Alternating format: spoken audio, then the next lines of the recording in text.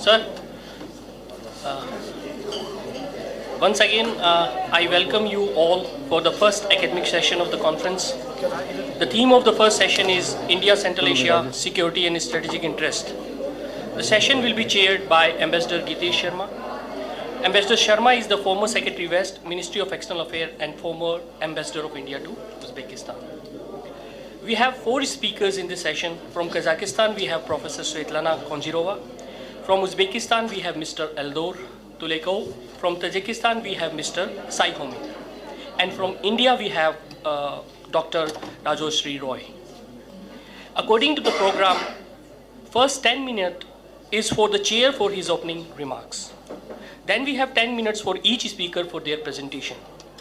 For discussion and Q&A, we have 15 minutes. And then we have 5 minutes for the closing remarks to be delivered by the chair. May I request to Chair Ambassador Gitesh Sarma to kindly conduct the proceedings. Thank you, sir. Thank you very much, and good morning once again. The key to a great session is to have a great panel, and we have such a panel. You have mentioned the names, but let me again welcome Professor Svetlana Kozhirova, Mr. Eldor Tulyakov, Mr. Sharipov, Saihomid, and Dr. Rajorshi Roy. Welcome to this session. This morning our task has been made somewhat easier because of the morning session. I think the speakers covered a fair bit of ground in their remarks, and they practically traced out the various aspects, the developments in the bilateral relations and the developments also as a whole, Central Asia and India. So we have that advantage. But nevertheless, I will make a few opening remarks to just set the tone. We welcome every opportunity that comes our way to engage with colleagues from Central Asia. We have a shared history and culture. We are comfortable with each other. In fact, I noticed one of the ambassadors said we are brothers, and I think that summed it up so beautifully. So when we are like brothers or sisters, we expect a very free and frank exchange of views. We already are aware of the talks going on, the contacts, the discussions at the government level, whether it's at the heads of state, heads of government, the NSA level dialogue. But it is very important to supplement this with conversation between the academic community, the scholars, people who think and who wish this relationship well. Through history, India and CS have forged civilizational ties with regular flow of people, ideas, culture and trade. Perhaps with the coming of the British to India and maybe the Russian Tsar's empire to Central Asia, some of these natural ties got disrupted.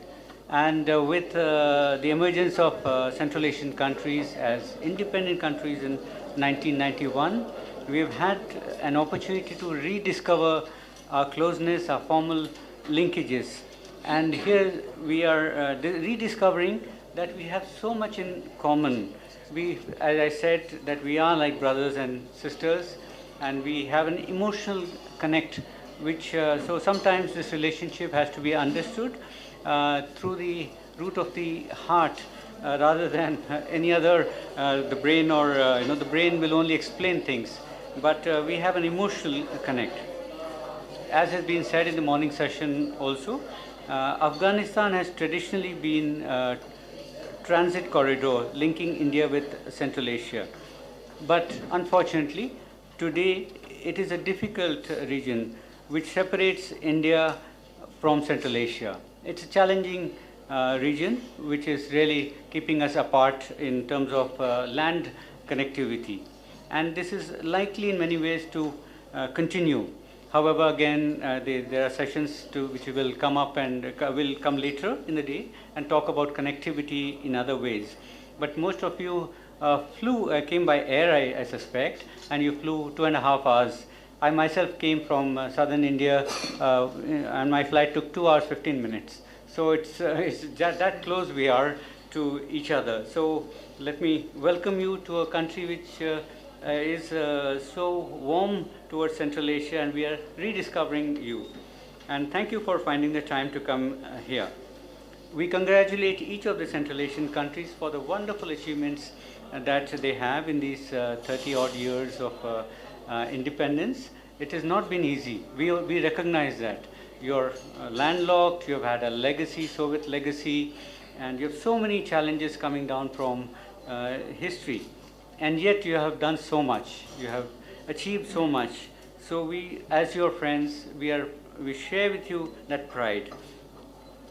We have a shared interest in joining hands to combat terrorism, extremism, these narcotics trafficking, weapons trafficking, all these which somehow they find frontiers not very huge barriers in many cases. So we are threatened by these kind of forces emanating from this region which separates both of us. So I really look forward to some attention being given to this. Since we are going to have a very, very candid conversation, I would also like to refer to the ongoing Russia-Ukraine conflict and its lasting is a huge impact on the world. But more importantly, it is also impacting on our respective countries. So if there is anything that by way of insights you would like to share, that how this is impacting on your own national security, we would be very, very interested. In the deliberations, I think it would be fair to say that we are on the same side, and since this is a World Cup time, we are one team and scoring goals in one direction only. So every time we work together, we will succeed. We look forward, naturally in any session, you look for something at the end, and that is if each speaker could give some practical suggestions on what kind of role India should play. I think that would help us a lot. We appreciate a candid dialogue. Several big things are going to happen. Of course, your perception of the security situation in the region is also very, very welcome. I request the panelists to adhere to a time limit of 10 minutes to the extent possible. We are friends, but we also have limitations of time, and so that we can have an excellent discussion of about 15 minutes at the end. And may I also say that request colleagues to keep their mobile phones on silent mode. First speaker, Ms. Svetlana Kozhirova. I think your biodata is there available to all. I would just mention that often it is not realized in India the size of Kazakhstan. It is almost the size of India, I know. Yeah, so it's a huge country. Merely because it's next to Russia, it would seem that it's not so big, but it's a huge country. Every single mineral or every single element in the periodic table is available in large numbers in huge quantities in Kazakhstan. And you also border such principal players as Russia and China. We noticed with some anguish and concern also a bit of unrest in January this year, and where the CSTO was also drawn in. Recently you had the presidential elections also in Kazakhstan. So these are some of the points to set the ball rolling, but we are in your hands, and we're very, very happy to hear from you, your own perceptions of the situation in the region.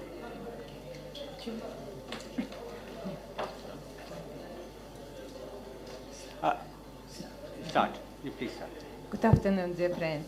I would like to thank the organizers of the conference for the invitation. India is a mysterious and beautiful country for my generation. You grew up on the Indian film Raj Kapoor and novel Rabindranath Tagore. When the board opened, and the first country I wanted to go to was India. Today, India is again becoming close to Central Asia. You are connected by historical roots, and this is an important factor. The new geopolitical situation in the region has intensified the role of India. Emerging challenge and threats to security require the joint effort of countries. 30 years ago, Kazakhstan and India established diplomatic relation. During this time, strategic partnership was achieved, constructive political dialogue development, economic and humanitarian cooperation expanded. Currently, cooperation between the countries is determined by the proximity to Afghanistan and the presence of new security threats.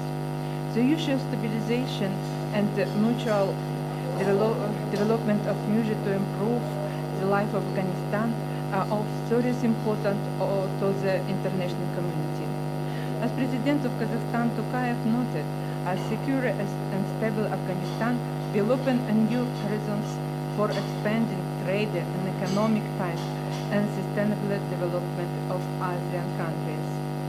Building relations between Kazakhstan and India is modern geopolitical conditions, taking into account the Afghan factor, will contribute to the creation of a new discourse of the development of regional cooperation and optimization of mutually beneficial partnership area. To collect my presentation, my colleague helped me.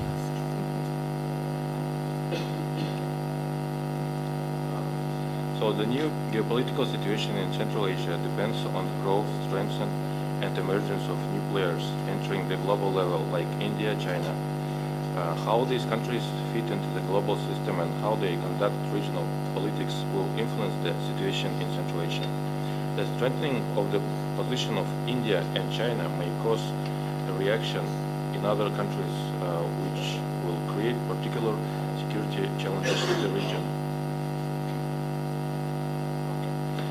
However, the main challenge to the region's security remains the internal situation in Central Asian countries.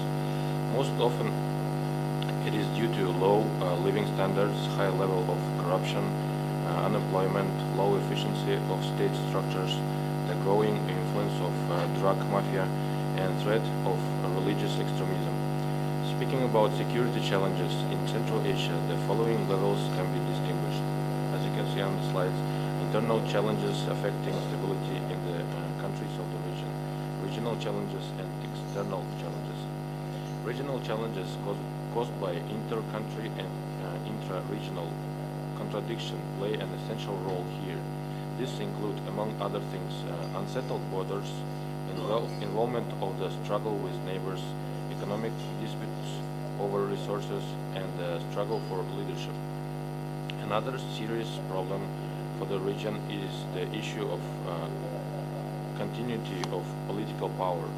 In most countries, the rules of succession have yet to be established.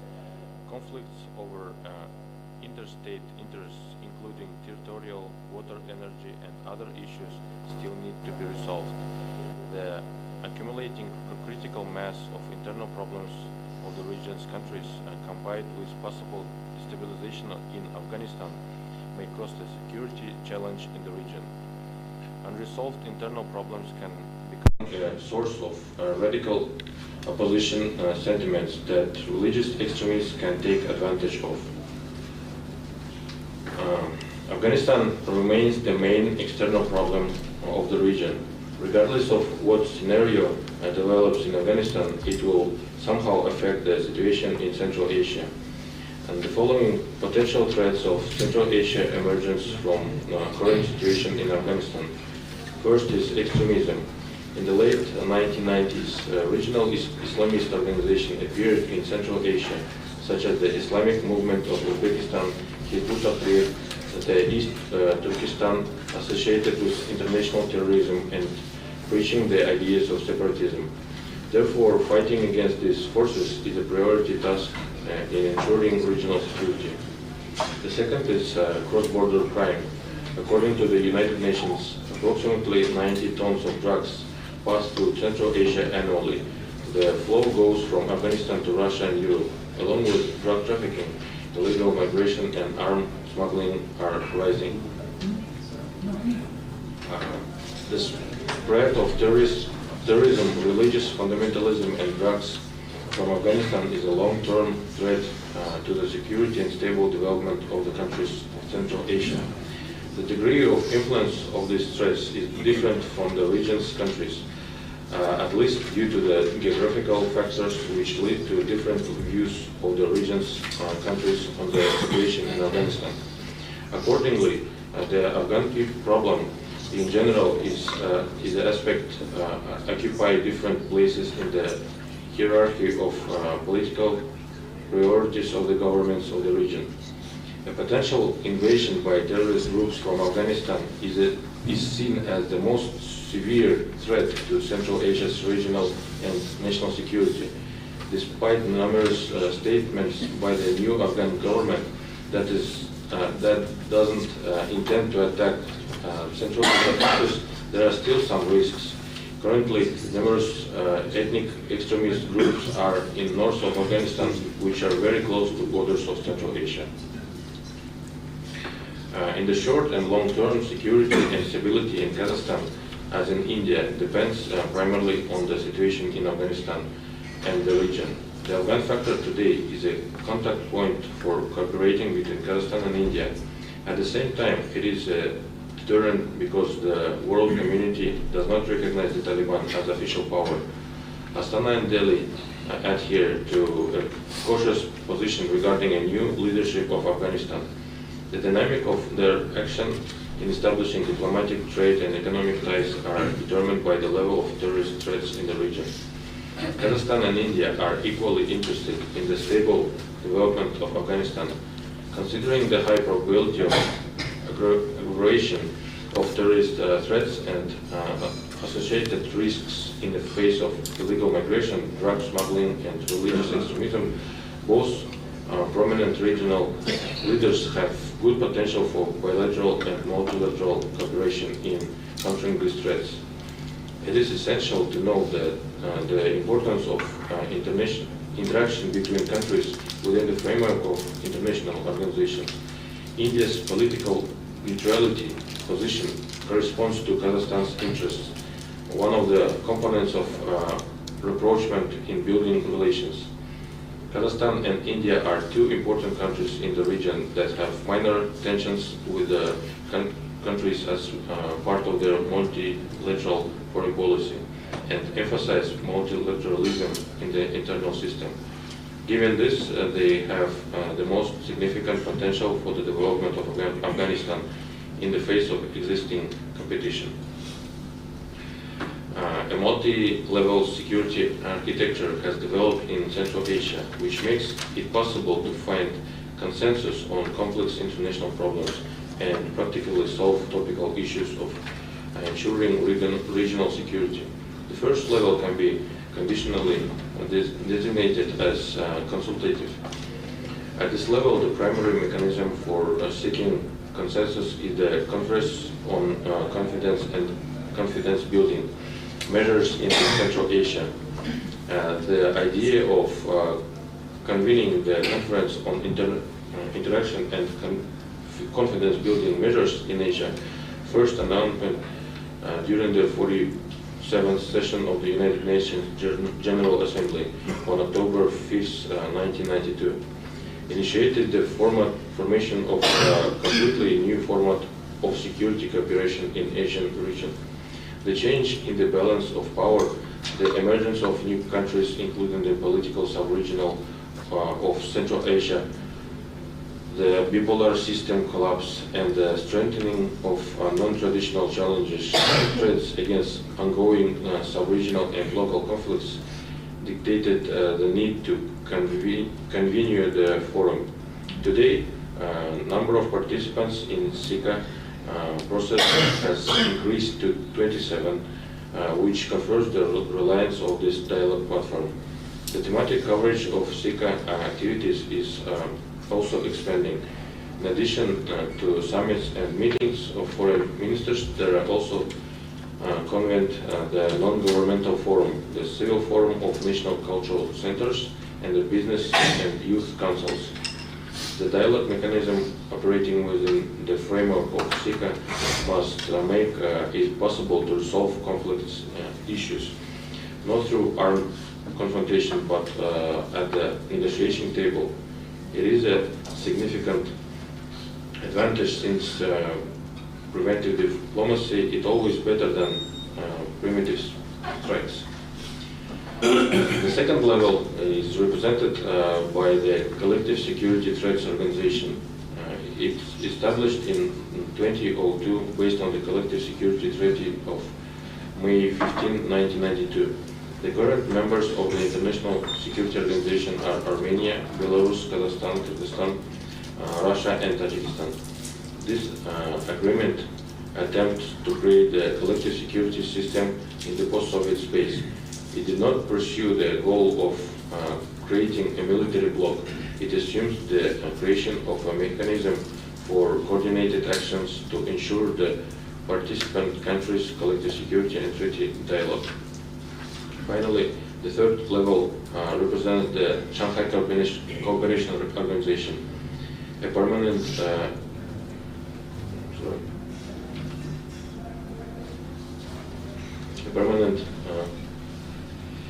intergovernmental international organization founded by leaders of China, Kazakhstan, Kyrgyzstan, Russia, Tajikistan, and Uzbekistan. This level of security is more perspective since the activities of the structured operation within the framework are armed not only on solving issues related to ensuring regional security. SCO has covered various tasks related to developing trade, transport, industry, agriculture, energy, tourism, and other areas. India's entry into the Shanghai Cooperation Organization has become a factor that has dramatically strengthened Indian Kazakhstani ties, expanding the possibilities of bilateral cooperation. An important area of joint efforts could be the elaboration of common approaches to solving the problem of Afghanistan. The Afghanistan issue has always been the focus of the collective activities of SCO. In the coming years, this organization will play an increasing role in ensuring at least coordination in resolving security issues in the region. Moreover, the world community positively assesses the role of Kazakhstan as a mediator in resolving conflict situations. In this regard, Kazakhstan, having the experience and the necessary tools, will be able to contribute the solution to the Afghanistan issue. India, in turn, seeking to clear the region of terrorist organization and eradicate anti-Indian sentiment, will also strengthen its ties with the other countries. Against this background, Kazakhstan is the most strategically optimal ally. Speaking about various formats of cooperation, it is necessary to know that 5+1 dialogue platform, which since 2019 has been used by a significant regional player like India to establish closer economic, political, and military approachment with the countries of Central Asia. Thanks to their inclusion in the parameters of the Indian strategy of enhanced partnership, the accession of India to the Shanghai Cooperation Organization, India opened up additional opportunities to spread its influence in Central Asian region. Summing up, it is worth noting that the creation of a new regional security system, given the primacy of a task, should be accomplished by the development of various formats of interstate interaction between the countries of the Central Asian region. At the same time, it is essential to combine both the multilateral and bilateral format of interaction if it aims at solving the problems of ensuring regional security. Such activities should create a solid institutional foundation for a regional security strategy that ensures all regional states stable and progressive development based on realizing their national interests. Thank you.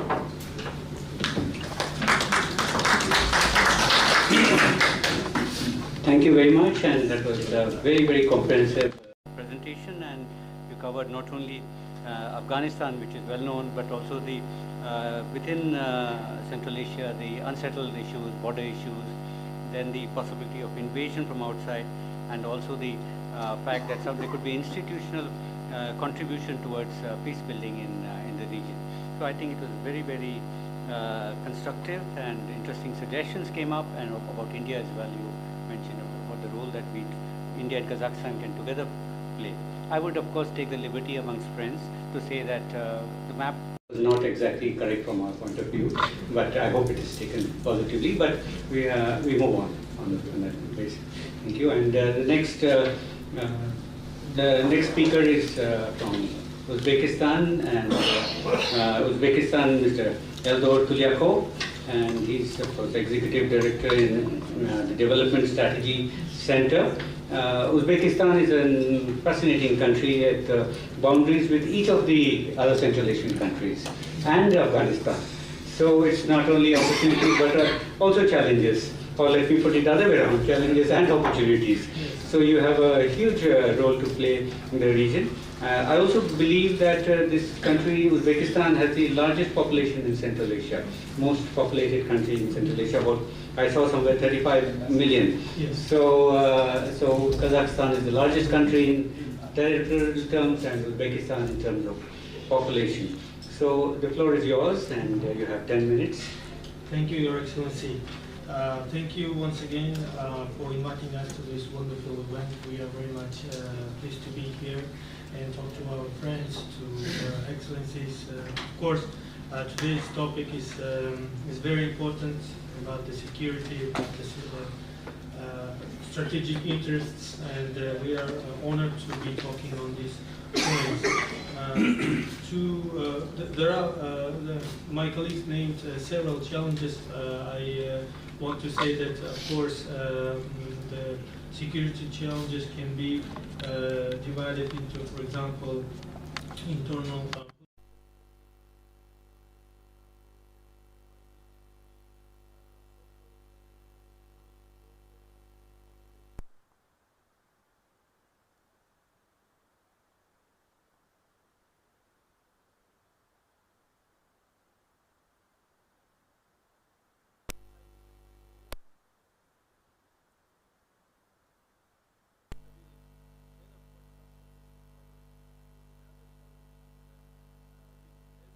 social and welfare stability. Uzbekistan has been implementing strategies. The first one was called the Strategy of Actions. Now it's a new one, the New Development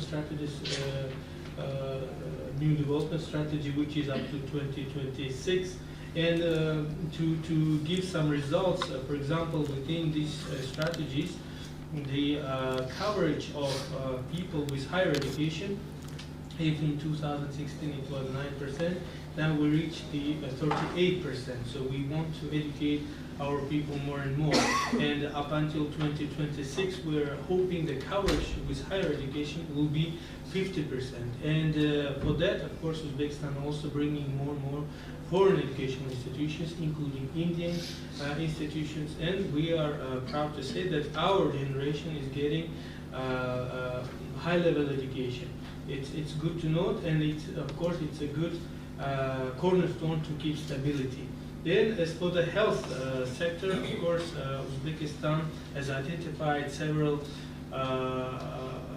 layers of the population with whom Uzbekistan needs to work in more depth, like socially vulnerable people, like ladies or people with disabilities or older people. So Uzbekistan has been working with them with a target to keep their health and socially secure. So this is another post that we are working to keep the internal political stability. As for interethnic harmony, we should say that mutual understanding between citizens has been established, and you know that Uzbekistan is a country with more than 100 nationalities living inside the country. So this is why Uzbekistan has been working towards that direction. And the number of friendship societies, for example, if it was 38 in 2016, now it's more than 150. So that's why these cultural centers operating in Uzbekistan has been actively also involved in the reforms and showing their traditions, their culture to other nationalities living in Uzbekistan. And another issue is religious tolerance, that we need to also talk about and think of it as a challenge, and that's why Uzbekistan has been also reforming this sphere. Let me give you a number. If in 2016 we had 2,239 religious organizations, by the end of 2021 this number increased to 2,323. So as you can see, more and more freedom is given to exercise religion in the country.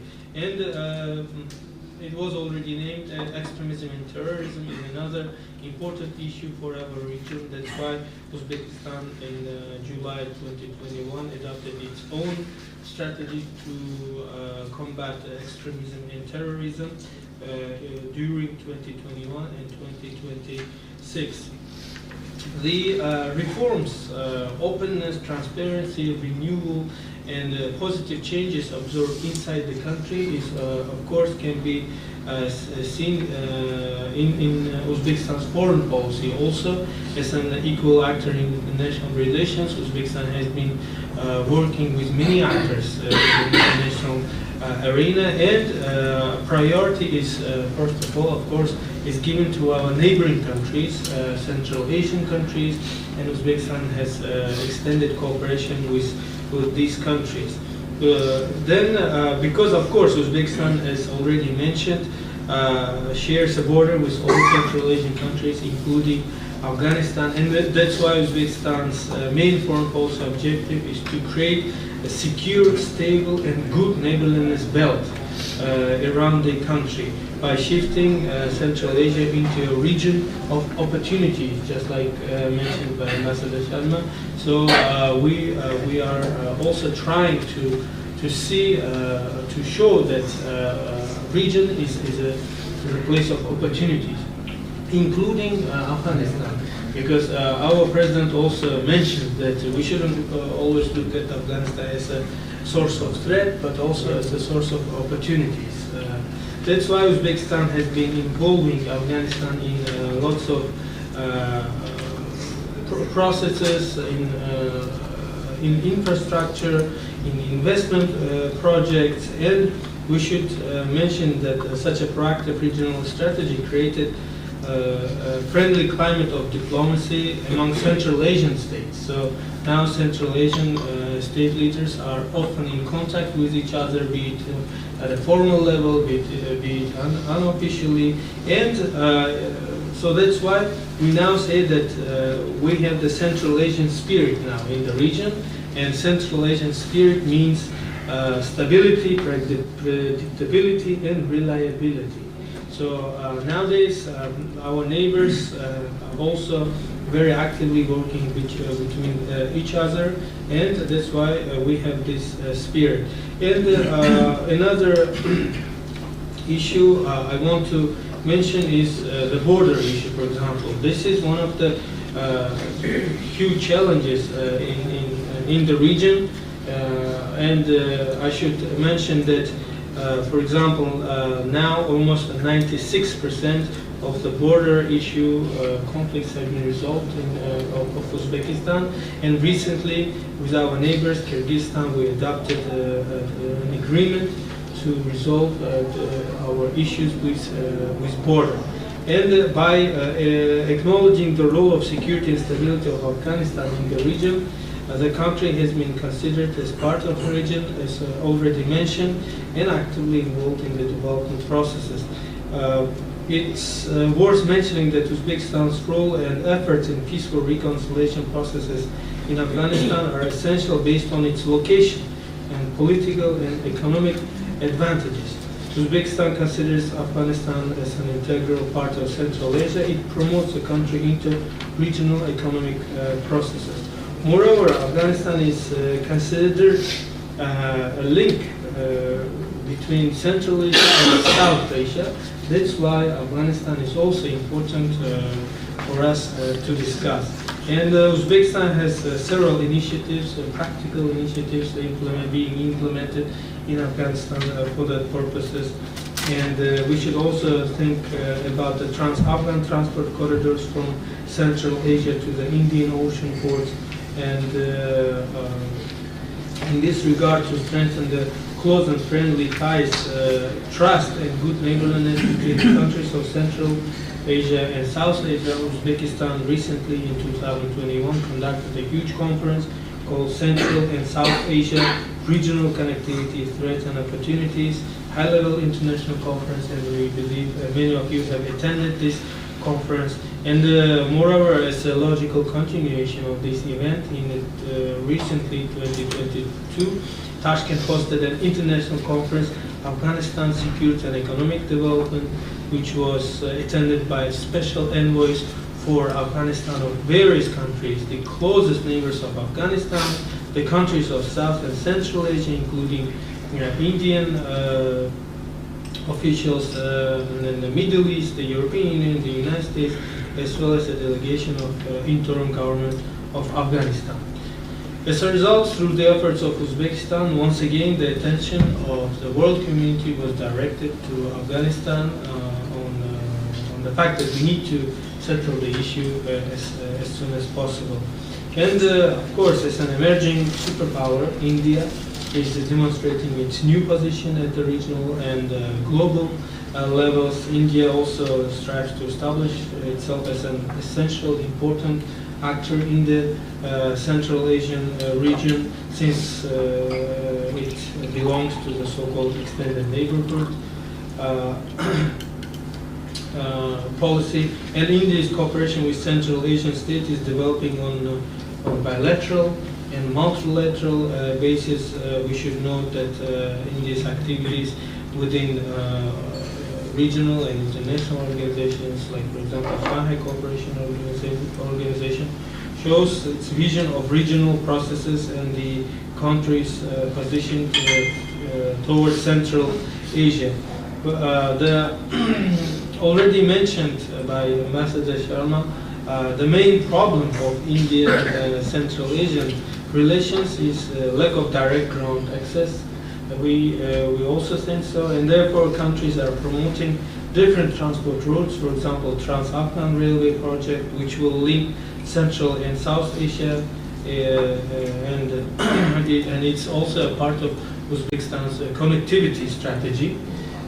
Excellent prospects are opening out with the creation of the Trans-Afghan corridor. The transportation time of goods will be reduced and the cost of transportation will be half. We are thinking that the transportation of goods might take around 3 to 5 days. And in addition, India is also intensively developing transport corridor to provide access to Afghanistan and Central Asia. This is a critical link of which is Iran. And we want to note that the interests of Uzbekistan and India solving the problems of transport cooperation between the regions of Central and South Asia can be contributed by the initiative put forward by the President of Uzbekistan at the 75th session of the UN General Assembly to establish the regional center for the development of transport and communication interconnectivity. And energy projects are also important, such as the Casa 1000 project and the Tapi pipeline projects could become a prospective, we believe, peace pipeline in case of a peaceful settlement of the issue in Afghanistan. Overall, of course, there are opportunities, possibilities to strengthen cooperation between India and Central Asia, because as already mentioned, the atmosphere has changed in Central Asia. People have opened up their borders, their countries to the opportunities, and our neighboring partners are very actively attracting investment into the region. And we believe the experience and the opportunities in India can be part of reformation process in the region. So thanks again very much for this opportunity to share my thoughts. Thank you very much, and I think that says it all. It's a very, very comprehensive presentation, and not only you touched upon relations with Afghanistan, India, but the way you explained that Uzbekistan has taken steps to become a knowledge society, to develop its economy, to provide this kind of framework in which security can develop, and you need a good economy to have security and stability. So that was something which was very impressive, and you said 96% of the border conflicts were settled. So that is something else which we see Central Asian countries able to cooperate with each other and in an atmosphere of friendship. Then it's possible for countries like India and friendly countries to also engage with Central Asia. So thank you for an excellent presentation. The next speaker is from Tajikistan, Mr. Sharipov Saihomid. So he's head of Department for Analysis and Forecasting of the Internal Policy of the Center for Strategic Research under the President of the Republic of Tajikistan. So let me just again set the tone that Tajikistan is particularly, it has been challenged since its independence on account of its frontier with Afghanistan, and it has been very directly affected by the upheaval, the civil war going on in Afghanistan. Russia has had a role to play in providing security as a security provider in the frontier. We would love to know that what is Russia's current involvement with the security of the Tajik-Afghan frontier. How do we look at that? We have also been following other developments, and we have seen that China has moved from more commercial kind of interactions to also security kind of relationships. So that's something, if you are comfortable with some of these things, touch. And finally, one more point which came to my mind was some analysts have said Tajikistan has, among the Central Asian countries, been the most negative in terms of dealing with Taliban. They have simply felt that it is not worth having a serious engagement with Taliban. So perhaps you could enlighten us on some of these points. Of course, Tajikistan-India relations would also be of interest. Thank you so much, distinguished chairman, distinguished representatives of delegations, ladies and gentlemen. First of all, I would like to express my gratitude to the Indian Council of World Affairs organizing committee for the such great conference and high-level hospitality. I think that in contemporary world, the concept of security is a wide understanding because in contemporary world we use the security in all spheres. First of all, national security, economic security, informational security, and we use security in all our spheres. It means that the problem of security really impact to all our spheres. And today I would like to express my imagination about the official position of the Republic of Tajikistan and also some significance of India Central Asia's cooperation in the field of providing peace and stability in the regional and in sub-regional, for example, spheres. Ever increasing process of globalization is recognized as the most important peculiarity of the present time. This process, along with the simulation of closer link between peoples and nations of setting up all-embracing systems of political, economical, and cultural cooperations. And moreover, under immediate impact of globalization process, modern threats and challenges gained global significance and became a factor of cancer of humanity. And these threats and challenges are grouped as the following, I think. UN development and economic inequality, increasing competition for access to the world market and strategic resource, and also growing of international terrorism, drug trafficking, and weapon smuggling, transnational organized crimes, and also rise of political and religious extremism, ethnic and racial conflict, civilization and ideological, for example, clashes, and also domestic and regional conflicts, fanatism and ethnic and racial separatism, escalation of political tensions in different parts and regions of the world. The foreign policy of the Republic of Tajikistan in this case will be developed and implemented taking into account the current global threats and challenges in the regional and global factors. Prevailing and the major task of our foreign policy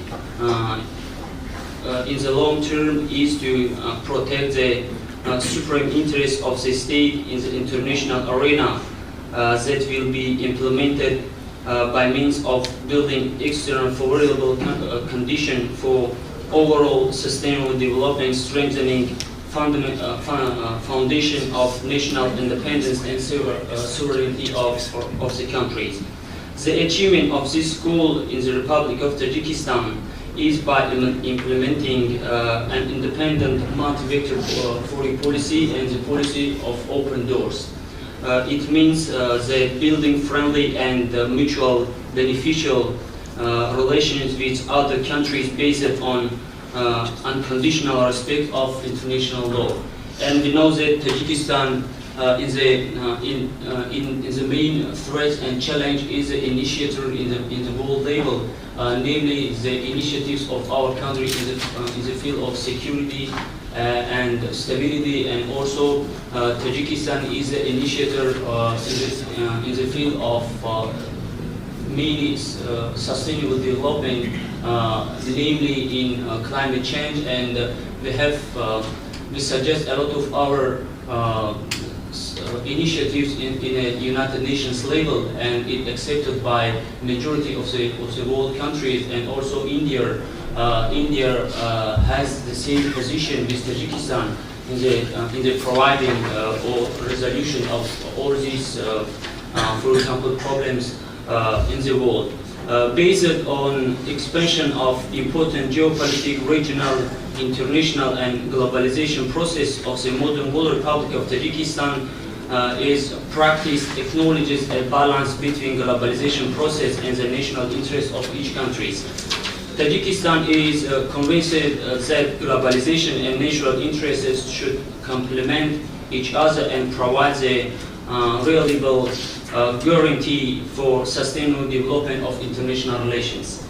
The Republic of Tajikistan is in favor the emerging new world system should completely be free from war and conflict. Currently, and violence, regional and cultural fanatism and xenophobia, and based on equal cooperation and partnership of all countries in the world. The Republic of Tajikistan supports the establishment of effective mechanisms of the consonance of national interests and international efforts, consolidation of the aspiration of all states to the cause of formation of adequate measure to the resist modern threats and challenges. Therefore, in our foreign policy, we have primary interest in the development of cooperation with South Asian countries, including India. The official position of our country in expanding and strengthening cooperation with the Republic of India, taking into account its role and influences in the region and in the world. The country's old history and cultural relations of the Tajik people with the people of India, as well as wide economic and technology opportunities of this country, has its own advantages. Considering the achievement of economic, political, and cultural development in the recent years, India is an important geopolitical participant in its region and other regions. Along with other countries, India, due to its strategic partnership with the Soviet Union, has the opportunity to build relationship with the Central Asian Republic back in Soviet time. Nevertheless, the last decade, the region of Central Asia is viewed not only from the point of view of historical and cultural community that spans more than 1 century, but also from the point of view of promoting interests of India in the field of economy and security. The analysis shows that India's foreign policy in Central Asia as the vector of India's foreign policy is based on 2 fundamental aspects. The first, explicitly related to the energy factor, and the second one is strengthening of strategic and security cooperation with Central Asia's countries. While experience shows that no country in the world will be safe from the threats of terrorism and extremism in more time, and it shows that all countries must be related in mutual bilateral and multilateral, for example, spheres. Due to the proximity of the Central Asian Republic to the Afghan border, Central Asia countries are also experiencing terrorism activities and drug trafficking, which has become a big security concern for India too. India closely cooperated with Central Asia countries in the framework of India's Connect Central Asia policy. And the main aspect of one of the main aspects of this policy is also strengthening of cooperation in the field of providing peace and security in Central Asia, in the region of India. The main framework of India and Central Asia's cooperation in nowadays is a principle of dialogue, Central Asia-Indian dialogue cooperations, and this cooperation, for example, is going up in all spheres, in the sphere of stability, or in the level of the head of state, in the level of secretaries, in the level of Minister of Foreign Affairs. And we think that this platform is a good opportunity to provide peace and stability in this region. Central Asia's, namely Tajikistan and India, cooperated in bilateral, in multilateral levels within the Shanghai Cooperation Organization, SICA, and in the level of other international, namely United Nations. Talking about providing security in the field. There's a little short of time, so I just encourage you. In the field of economy, I would like to express that the perspective of our cooperation with India is a development of cooperation combating against of terrorism, extremism, and we think that our cooperation will be developed in the sphere of mutual understanding with India Republic. Thank you so much.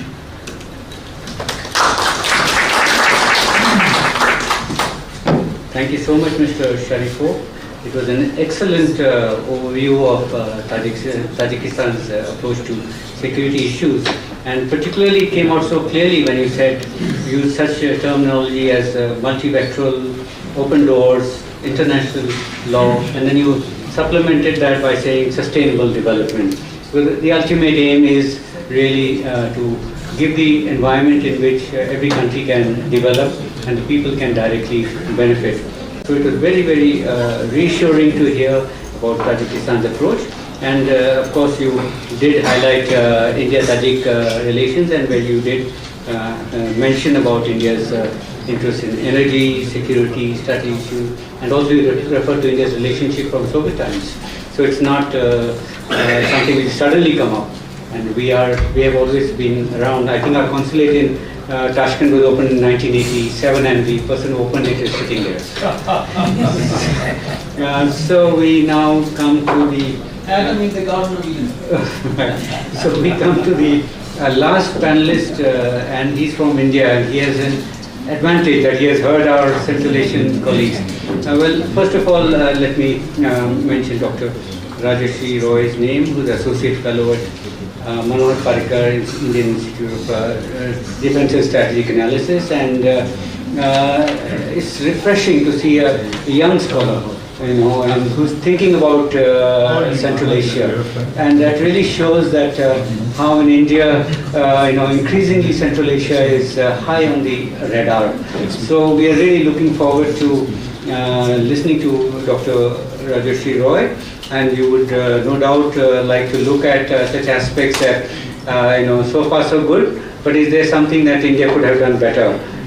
So keep that in mind, and also some of the remarks our colleagues have made.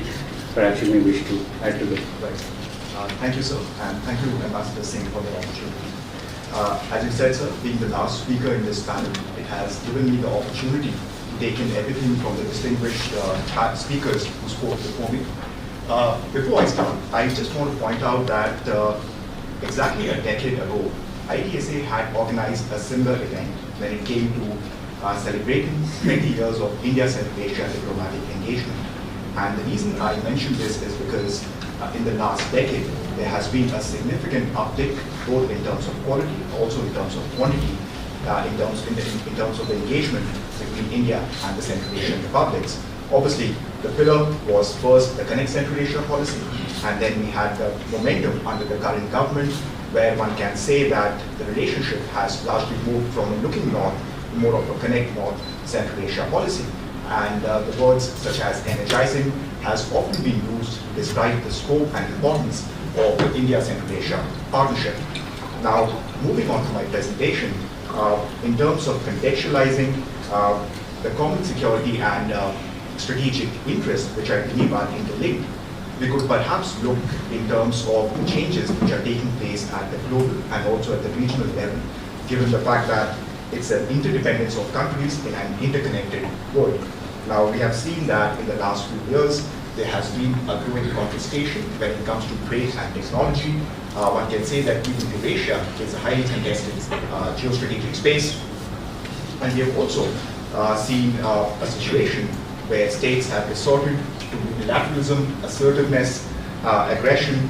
The fact also remains that in the last couple of years, multilateral institutions have largely proved ineffective when it comes to tackling the three key challenges, the three C's. They are the COVID-19 pandemic, the climate crisis, and conflict. So when I say conflict, we are well aware of how the war in Ukraine has exposed our mutual vulnerabilities. There has been a huge disruption when it comes to food, energy, and fertilizer supplies. And one can say that these disruptions have kept the body low when it comes to global economic recovery at a time when the world was recovering from the deleterious impact of the COVID-19 pandemic. Now, what this has done is this has put the spotlight on having reliable, resilient, and diversified supply chains. Now, beyond this, between India and Central Asia, we have also heard about the terms such as strategic autonomy, multi-alignment, or issue-based alignments that have been spoken about, and these these terms have a relevance in terms of carving out meaningful engagements with each other. Now, when it comes to security, the issue of terrorism has been spoken about, but then there are also other aspects of non-traditional security threats, which I will dwell upon a little bit more when I talk about the convergences between India and Central Asia in terms of the security and strategic interests. Now, given the fact that I've given this background, I think there exists a convergence of interests between India and Central Asia to jointly address some of these challenges. Now, when it comes to the shared security and strategic interest, perhaps it is inevitable that geographical proximity would play a key role in shaping each other's strategic outlook. Because for India, Central Asia is part of its extended northern neighborhood, and when you look at Central Asia's geographical location itself, at the heart of Eurasia, the key pull lies in geography. And the fact remains that instability or developments in one region inevitably spill over to the neighborhood. And I think the geographical pull is a key factor when it comes to India's engagement with Central Asia.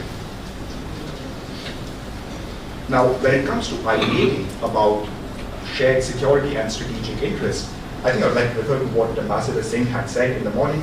She referred to the articulation of the foundational dimension of Eurasia being secure. And I think that holds relevance because security and strategic interest flow out of the word secure.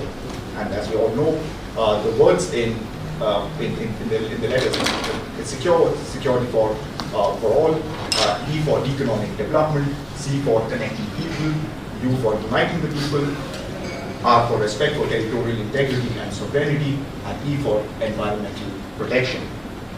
Now, when it comes to security, and this has been spoken about time and again, there is a shared outlook when it comes to tackling issues such as radicalization, terror financing, and even drug trafficking. In fact, I want to hop back on the recent UNODC report, which talks about how the drug trafficking has peaked in the last 2 years, which in a way kind of highlights the vulnerabilities that both India and the Central Asian republics face, which have kind of also increased our security dilemma. Now, to add to this threat matrix, we have the proximity of India and Central Asian republics to the AFPAC area. And I think when it comes to the issue of terrorism and emanating from Afghanistan, India and Central Asia are on the same page that Afghanistan should not be an incubator for terrorism.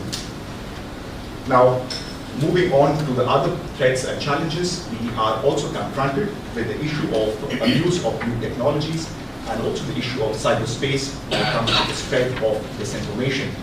So what these security threats and challenges mean is that it has, they call for a robust security and defense cooperation and collaboration. And what we have seen in the last few years is that there has been a significant uptick in our defense and security collaboration that includes counterterrorism, cybersecurity, and even geospatial sectors.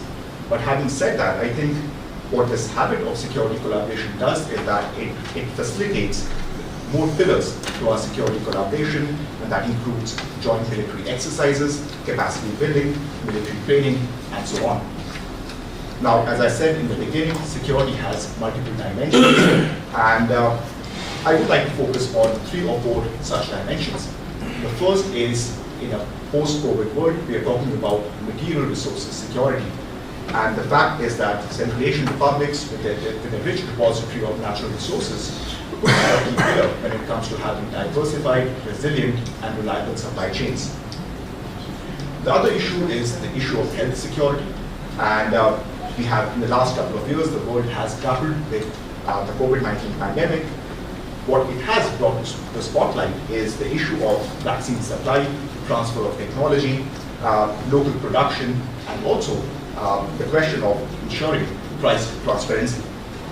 One can say that initiatives such as the One World, One Health, they point to the fact that no country is safe when everyone is safe, and this calls for regional solutions. Now, the other emerging challenges include the climate change, and there is an imperative for protecting the environment, conserving the biodiversity and the ecosystems. With this flows the criticality of technology flows as well as adequate financial flows. Now, moving from the climate change, we have the issue of resilient disaster infrastructure in order to reduce the economic losses that might arise as a result of pandemics. The next part is obviously the issue of food security, and we have seen that multiplied enormously on account of the war in Ukraine. The developing countries have been the hardest hit, and perhaps this calls for an opportunity to discuss high-yielding and better quality seeds, sharing of best practices when it comes to greenhouse cultivation, drip irrigation, and storage technologies. In fact, Prime Minister Modi had talked about millet cultivation during the last SCO summit meeting, which took place a few months ago. I think this is here, spatial collaboration would also be important when it comes to weather forecasting and natural resource management. I will also briefly touch upon connectivity because one cannot delink geoeconomics from the geostrategic issues. What multiple connectivity nodes do is they give regional countries options beyond one particular country. And I think initiatives such as the International North-South Transport Corridor, apart from boosting the bilateral economic content, is an opportunity to make Central Asia a part of the regional trading networks, because at the end of the day, there are comparative economic advantages, and also the fact that diversification is crucial when the world is in a state of flux. And finally, I think I'd like to talk about the convergence of interest when it comes to multilateral institutions such as the SCO and the UN. In fact, at the SCO, it is the centrality of Central Asia and in SCO, which is a key pillar when it comes to India's participation in this Eurasian organization. And the shared outlook rests on multipolarity and multilateralism, because at the end of the day, both India and the Central Asian republics have faced assertiveness in the neighborhood. Now, I would like to conclude by just pontificating, as the chair had suggested, that the speakers could pontificate in a think tank space, that perhaps India could take this opportunity to include Central Asian republics as a part of neighborhood first policy. And what a neighborhood 2.0 could do is could act as a real force multiplier when it comes to India's engagement with the Central Asian republics or the Eurasian region. Because at the end of the day, there exist significant opportunities of collaboration between a new India and new Central Asia. Thank you. Thank you so much, and so the Indian perspective, and you didn't disappoint. You covered a fair bit of ground, and you interpreted security in very wide terms, including in terms of establishing resilient supply chains, for instance. That became very critical during the COVID period also. We talked about the issue-based alliances.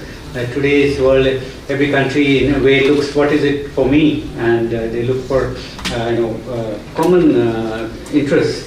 And certainly when we look at to put India and Central Asian countries side by side or together in a little basket, we'll find that almost on every issue we find there's so many areas we think similarly: climate change, sustained development goals, health, vaccine supply, climate change. Everything is sort of, even if you look in terms of issues, we tend to be very similar. I think one point really stood out for me, that which often is not realized, that with SCO expansion and all that, at the heart of it continues to be Central Asia. That is what it was meant for. So I think I would thank you for drawing our attention to that. Within the Shanghai Cooperation Organization also, it was the Central Asian countries have a very, very central role. We shouldn't forget that. So with that, I think our speakers have made the interventions. So do we have? I think we have a few minutes for discussion. Yeah, 10 minutes. Very kind enough. So Ambassador Sajanhar, a very experienced ambassador. Thank you very much, Chair, and thank you to all the speakers for their presentation. Very insightful and very thought-provoking. My question is to the three speakers from the Central Asian countries. And basically, I think, Chair, you had mentioned about this, that the Russian Federation has been seen to be a security provider as far as Central Asia is concerned. What do you foresee in terms of the status of Russia in terms of providing security in Central Asian countries today, after the Russia-Ukraine conflict particularly, and how the Russian advances in Ukraine have been happening and how it is engaged in that area. And related to that also is in terms of the influence of Russia in Central Asian countries. Very quickly, if I could mention, President Tokayev in June had mentioned at the St. Petersburg International Economic Forum that Kazakhstan is not going to recognize these republics. In September also, your Foreign Office had mentioned that. In Uzbekistan, Mr. Kamilov had also mentioned this to the Senate, and Tajikistan at the Russia Central Asia Summit on 14th October, your President had said that Russia needs to give more respect to countries like in Central Asia and Tajikistan. So in that context, has the influence of Russia, how do you see the influence? Has it stayed as it was, or has there been a change? Thank you. I think this I think this is a very important question. So let's deal with it right away. So since it is addressed to all three colleagues from Central Asia, who would like to go First, would you like to? Thank you so much, Mr. Good question, because really after gaining independence of Central Asia, Russian Federation has good relationship with these countries, and he and Russian Federation are strategic partnership. Related to providing an influence of Russian Federation, I can say that today we only protect our border, the longest border between Afghanistan and Tajikistan, 1,400 kilometers, and after 2004 we decided to defend our border only and by our national, for example, country. As a friend, I can say that about our president, that when you are friend, when you are close friend, you will say your friends about the minuses and about the pluses of your activity.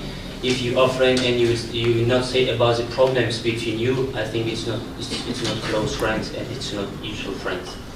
And today we and our soldiers really we have strategic partnership. We have a lot of treaties between Russian Federation, and really the influence of situation around the Russian Federation also influence to our countries, because a lot of migrations of our countries work in Russian Federation, and it also has its influence. But we have close relationship, no change in our relationship. We are strategic partner with Russian Federation. Thank you. Would you like to? Yes, thank you, sir, for the question. We could say that beginning since 1992, we have a lot of agreements related to security issues with Russia. We have a security trade organization, which allows us to keep these security issues in the region. And it's not a matter of Ukrainian war that can delay all these agreements. But we're still connected with this. We have the longest border with Russia. It's 8,000 kilometers, or 8,000 meters, yes. And it's a matter of legislation. We have all these agreements, and we cannot just cancel them. And our army is also supplied by Russian arms, and we're interdependent in this question. So I don't think that something will change significantly in this area. Thank you. Thank you for this important questions. I should mention that Uzbekistan is not a member of collective security organization, the Euro-Asian Economic Union. So in that regard, your question, if it's a guarantor of peace, in my opinion, Uzbekistan has been working very extensively to strengthen its own army. So, for example, the servicemen serving in the army was contract servicemen was 37% in 2016, and by the end of 2021, it's 68% contract servicemen serving in the army of Uzbekistan. And Uzbekistan has been buying military equipment from diversified of partners, and not only Russian equipment. So that's why I don't agree in terms of Uzbekistan, at least, because we have our own army. We don't have foreign military bases in Uzbekistan. Our military doctrine does not allow having foreign military bases inside the country. And as for the influence, of course, we feel Russian influence because we have long-time connections with Russia, be it economic, be it cultural, and yes, for the Soviet period. And these are the facts that we can't reject. Then people have been watching Russian TV for years in Uzbekistan, for example. Now, the important change is that Uzbekistan Uzbekistan's authorities has extended the list of TV programs, TV channels that can be broadcasted in Uzbekistan extensively. So more than, I believe, 180 channels now are available in Uzbekistan. So now there is Is it private channels or foreign channels? foreign private channels also available in Uzbekistan. So now the diversification, competition in receiving, providing information is allowed. And people are enjoying this mass of information coming not only from through the Russian TV channels broadcasting news, but from different all over the world, different parts of the world. So, and another important issue is Russia has been our main strategic economic partner, but for several years already it's China. So we can now see once again that new actors are intervening, new actors are coming to the market, and it's changing. And Uzbekistan, just like I mentioned earlier, has been not been limiting itself only with a couple of countries, but it's open to cooperate on mutual benefit terms with many other countries. Thank you. Time for adding in. Yes, Ambassador.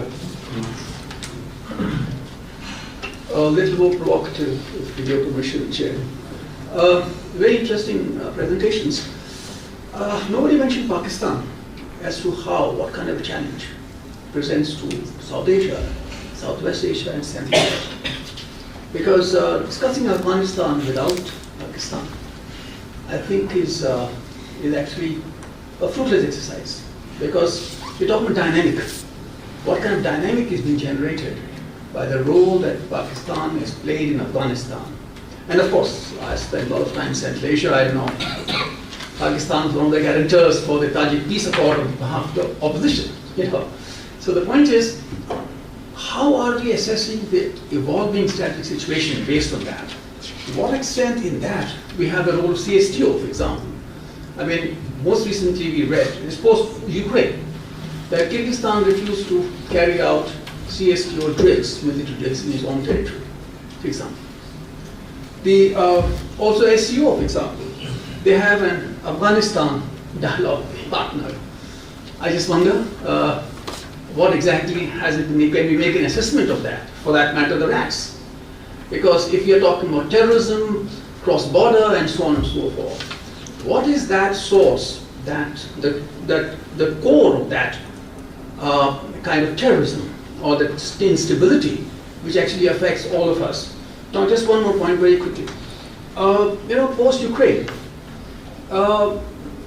in Dushanbe, there was this meeting of the Herat dialogue process, attended by UK and US special envoys of Afghanistan.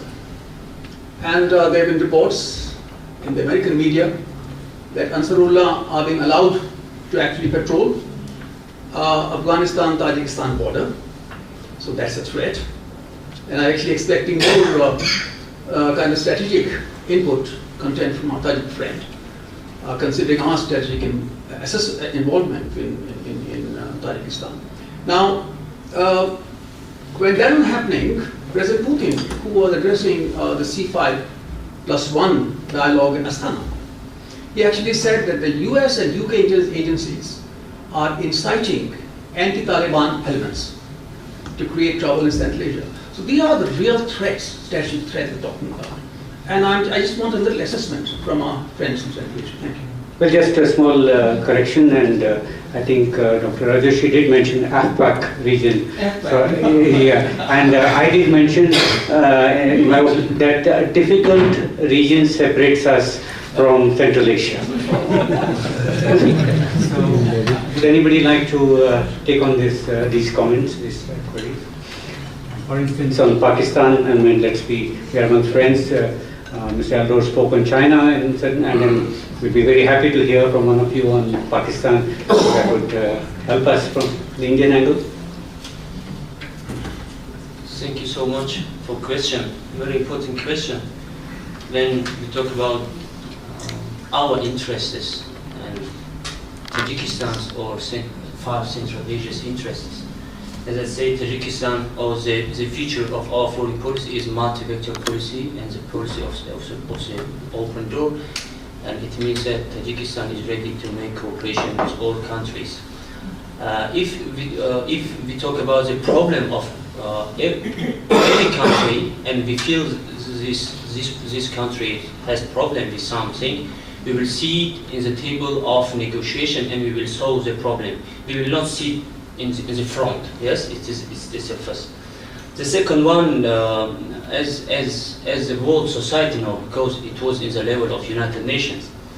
In 1998, the president of our republic initiated the initiative of the building of security belt around Afghanistan. Not after, for example, 2020, or not for example, 5 or 10 years ago. In 1998, the president of our republic, His Excellency Emmanuel Rahman, recognized of the world that we must build security belt around Afghanistan. It means that from the our independent years, we know about the Taliban threats, about other terrorism and extremistic groups in Afghanistan and sub-Afghanistan, for example, regions or territories. That's why we always is ready to make cooperation with all countries.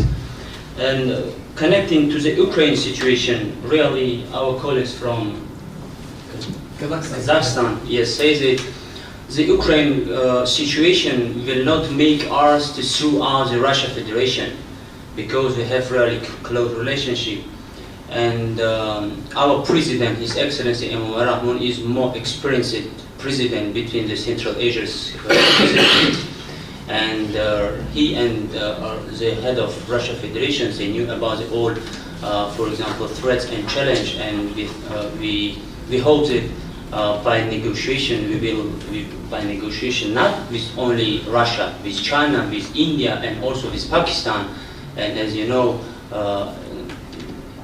some years ago, the trip of our president in Pakistan, and we also think that we will solve our, for example, problems around the table of negotiations. Thank you so much. Thank you very much, and I think we don't really have time. Would you like to, yeah? One of our guests would like to. May I? I think, okay. Please introduce yourself. Okay, I'm sorry. My name is Dr. Rajorshi Roy. I'm from Tajikistan. My question is to Mr. Rajorshi Roy. Thank you very much for your presentation. You mentioned about 3 C's, threat or challenges in general. As far as actually, you also spoke about not only 3 C's, but also about climate change, counterterrorism, connectivity, police, and so on. My question is regarding the priority of these C threats as far as India-Central Asian relations are concerned. What are the first, second, third place, or etc. as in a particular terms of our either 5+1 relations, or perhaps within bilateral relations of India with other countries. And second question is to Mr. Dr. Eldor Tulyakov from Uzbekistan. Thank you so much. You mentioned about Trans-Afghan railroad corridors, which is one of the high priorities of Uzbekistan today. And in this regard, do you see these Trans-Afghan railroad or connectivity projects going or expanding or plusing also towards Zahedan province, which is could be connected later, could be connected with the Charbahar port? In other words, what are the directions of these Trans-Afghan roads? Not only rail, but multimodality perhaps roads towards towards India via Pakistan, or towards also to the western parts, towards Iran. Thank you so much.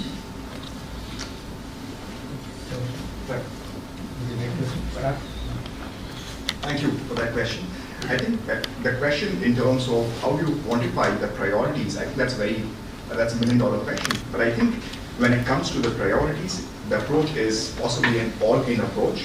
And the pillars when it comes to India's engagement with Central Asia is at both the bilateral and also at the multilateral level. So it's difficult to quantify which is more important than the other, but it's an all-encompassing approach, looking at a holistic approach. Trans-Alban corridor and railway is important not only for Uzbekistan but for Central Asia also, because we are willing to connect Central Asia with South Asia, including Pakistan and India. We believe that this is the main corridor to bring products, goods from India, from Pakistan to Central Asia, and then transfer further to Europe. So this will be a corridor connecting Central Asia, South Asia, and then it gives an opportunity to go to the European markets for South Asian partners, for Central Asian partners. I think, did you want to say something, our Kazakh colleague? Yes, thank you. Regarding Pakistan issue, our country is trying to develop relations with everyone equally, and the situation. The second question you mentioned about SCO actions. Oh, I was mentioning about SCO has, they have a platform. Yes. SCO platform for dialogue with Afghanistan. Yes. That's one assessment of that. Mm-hmm. And of course, it has a RAS organization. Yes. And assessment of that in terms of the challenges that we're talking about. Mm-hmm. We have an anti-terrorist structure inside SCO, yes, in Tashkent. In this regard, this question of security issues is solved among within this organization, and there are no other What's your institutions. assessment? I don't know. No, it's okay. Yes. I think you all have assessments. Yes. And that's it. Thank you. I think with that, thank you very much. It's been a fascinating conversation.